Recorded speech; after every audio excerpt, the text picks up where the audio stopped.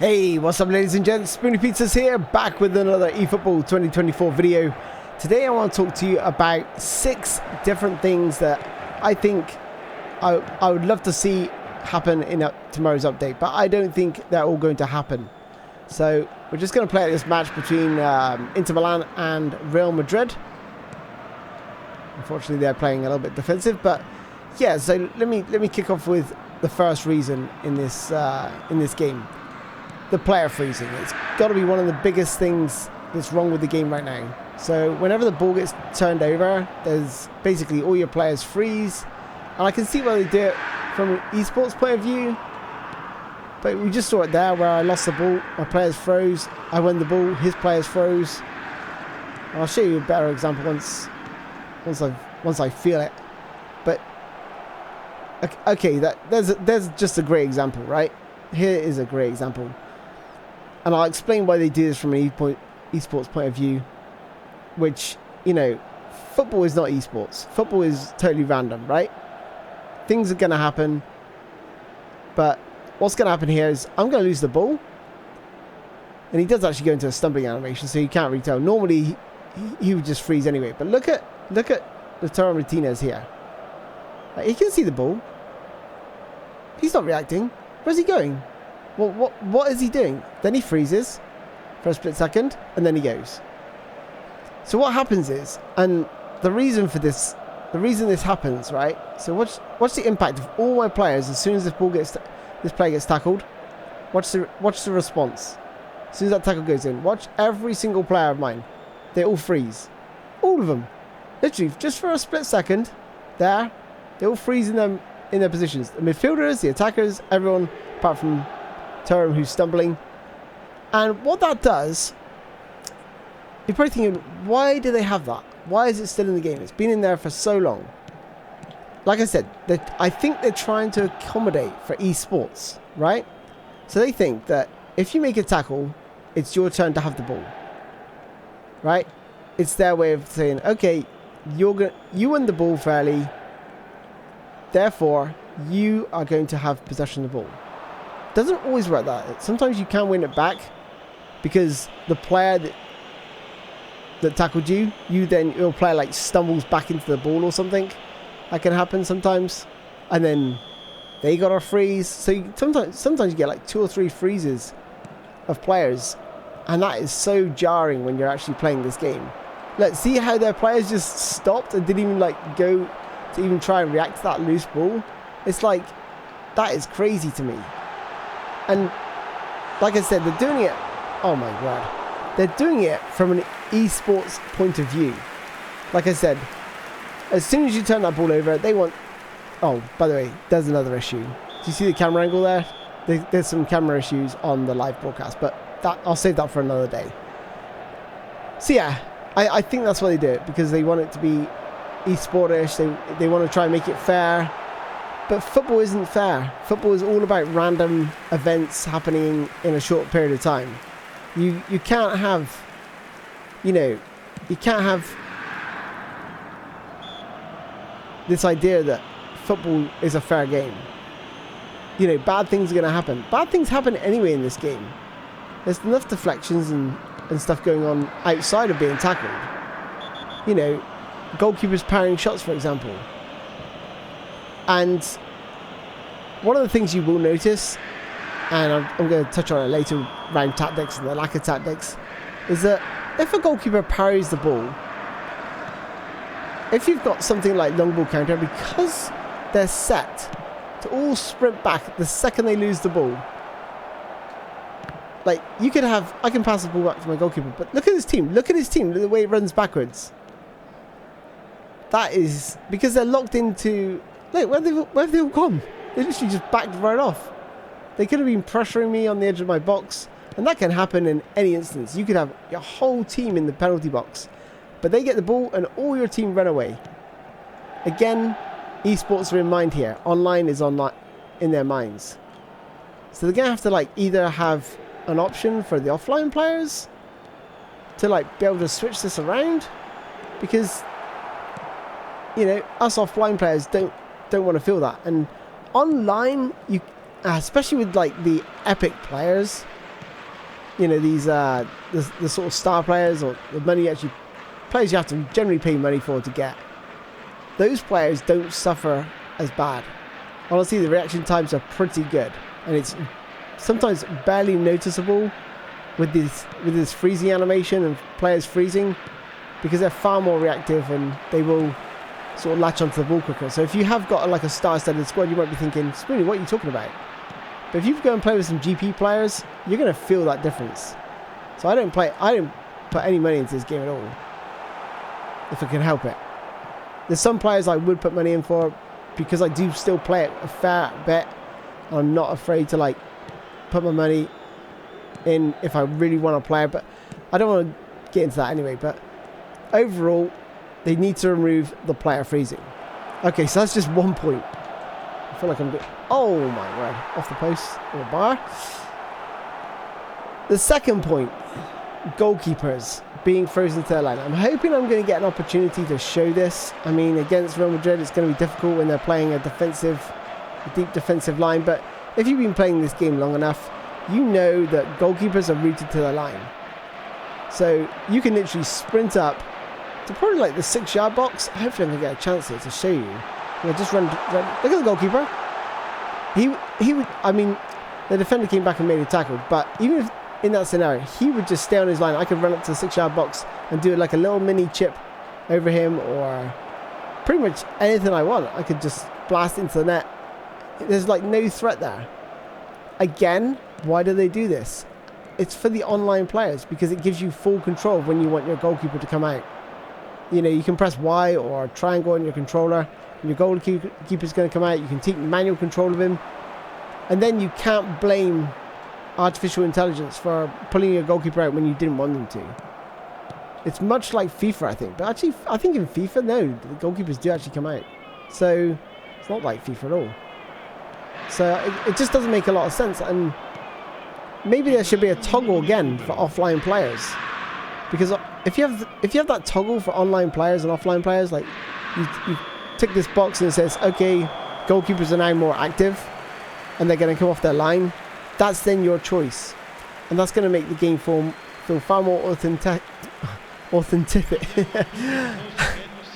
Oh my god, I can't speak. Authentic. When goalkeepers naturally come off their line in the offline game. The third is general responsiveness, and I think I'm going to cover this in point 4 as well, but I'll touch on the online connection in a bit. But the responsiveness overall, I think it's quite nice. It makes the players feel weighty. Players do feel like they've got some weight to them. But I still think I prefer version 1, where it's much more agile and like defensively and offensively. So I felt like it was balanced, but a lot of people were struggling defending because the strikers were so agile, but you just had to react as well. Whether they were concerned about the mobile fan base not being able to move or turn as quickly, I don't know. I don't know what the issue was, but I think the mobile scene or mobile crossplay is going to be scrapped, in all honesty. Haven't got a word on that just yet, but I just can't see it. I just think this game is too complicated to have the mobile scene, and I would love to play against a mobile player. I mean, what's he going to do with his thumb that I can't do with a full control pad? You know, when you get control pads on the mobile scene, that's going to be fine. But right now, again, that's a topic for another day. But right now, yeah, I think it's going to be abolished. But going back to my point, responsiveness in general. Certainly, the online play feels a lot different to offline play. That's going to be point number 4. But right now, I think overall, when we had version 1, I think that was the most responsive. Defensively and offensively, it was tricky to defend, but that's the point of getting good. They just dumb down the controls, and like anyone can pretty much play this game now and give you a game if they know the basics. They could give you a decent game online. My next point, online connectivity. So the online and offline game feel vastly different. honestly, it feels very sort of stuck in its ways, you know. So I feel like there's almost like a force field around your players, and there's some instances where you just can't turn as quickly like you can offline, and you can't react as quickly. There's like a little bit of delay there, and that makes the game feel so clunky online sometimes. If you get a really good connection, great, but they are so few and far between, and the games feel like they're not enjoyable. They're not enjoyable games, in my opinion. Look at that. There's another example. This is another example of that freezing. I have to show you this, because this is the perfect type of example I was looking for earlier. So my player, I win the ball, but he wins the ball back, so he gets frozen. But then I win the ball, but the ball's right there, right? Wait for it. Right, my player sort of gets a touch of the ball. Look at his player, just stands there. He just stands there, guys. That is that's atrocious. But yeah, just general responsiveness and fixing that freezing issue is going to go a long way to helping it make it feel more responsive.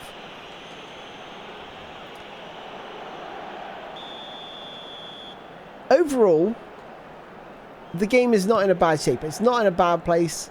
Is it worth playing right now? I think so. I've actually got back into it recently.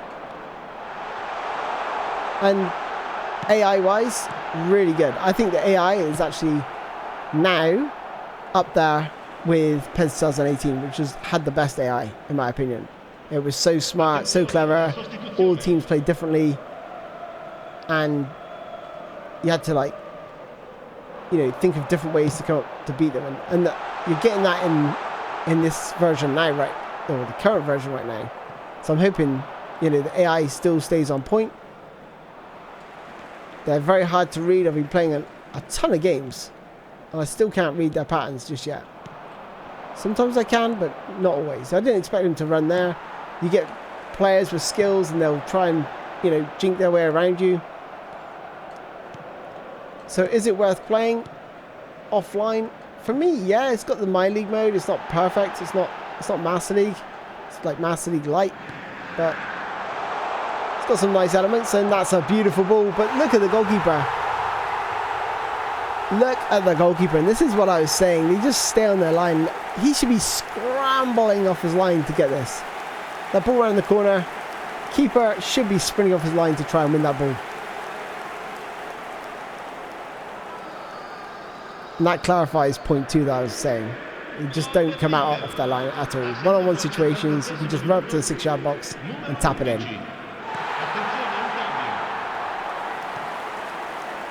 So yeah, like I said, is the game worth trying right now? It is. I'm looking forward to the update tomorrow. That's going to be exciting for me personally. And I will be reviewing the latest one, so stay tuned for that. I'm back to normal now in terms of my content creation. I'm back where I should be, uploading more or less daily. Had to go through a little bit of a difficult spell, I guess you could say. Everyone goes through those in life.